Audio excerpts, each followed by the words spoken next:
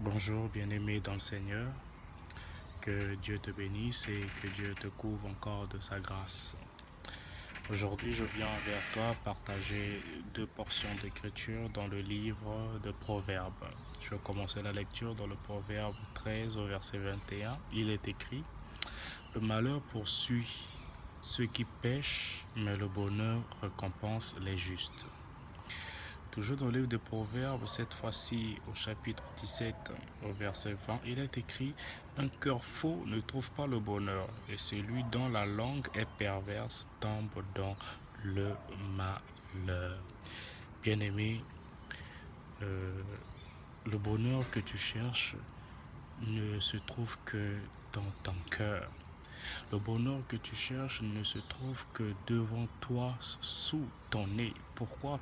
Parce que Dieu t'a donné sa parole et dans sa parole, il y a toutes sortes de promesses. Dans sa parole, il y a ce bonheur-là. Mais tant que ton cœur est faux, tant que ton cœur prémédite le mal, tu ne peux pas avancer. Je vais te dire une vérité. Pourquoi penses-tu que l'exaucement de ta prière est de voir celui ou celle qui t'a fait du mal souffrir?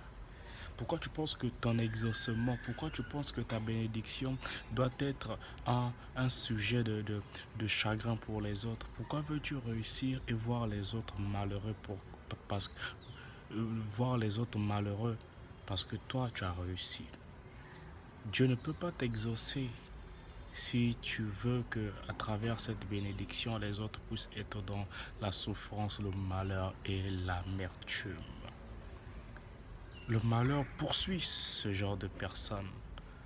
Le genre de personnes qui veulent voir les autres souffrir pour dire gloire à Dieu, Dieu m'a exaucé. Le malheur poursuit ceux et celles qui pensent que les autres sont la source de leur malédiction. Non. Les autres ne sont pas la source de ta souffrance ou de ton malheur. Mais sache-le que le malheur poursuit quiconque n'est pas droit avec le Seigneur. Quiconque ne poursuit pas les chemins du Tout-Puissant.